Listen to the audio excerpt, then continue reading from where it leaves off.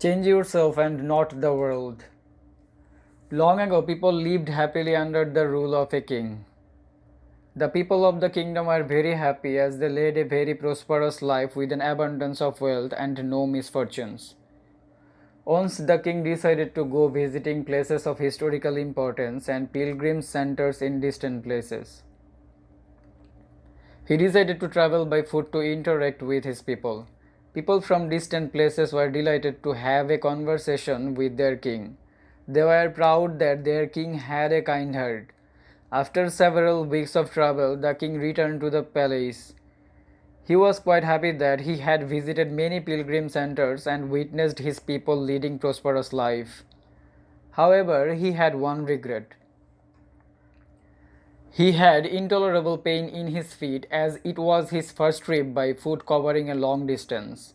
He complained to his minister that the roads weren't comfortable and that they were very stony. He could not tolerate the pain. He said that he was very much worried about the people who had to walk along those roads as it would be painful for them too. Considering all this, he ordered his servants to cover the roads in the whole country with leather so that the people of his kingdom can walk comfortably. The king's ministers were stunned to hear his order, as it would mean that thousands of cows would have to be slaughtered in order to get a sufficient quantity of leather. And it would cost a massive amount of money also.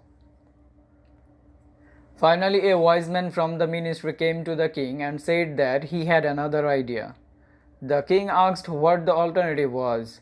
The minister said, instead of covering the roads with the leather, why don't you just have a piece of leather cut in an appropriate shape to cover your feet?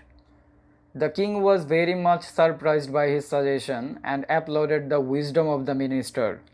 He ordered a pair of leather shoes for himself and requested all his countrymen also to wear shoes.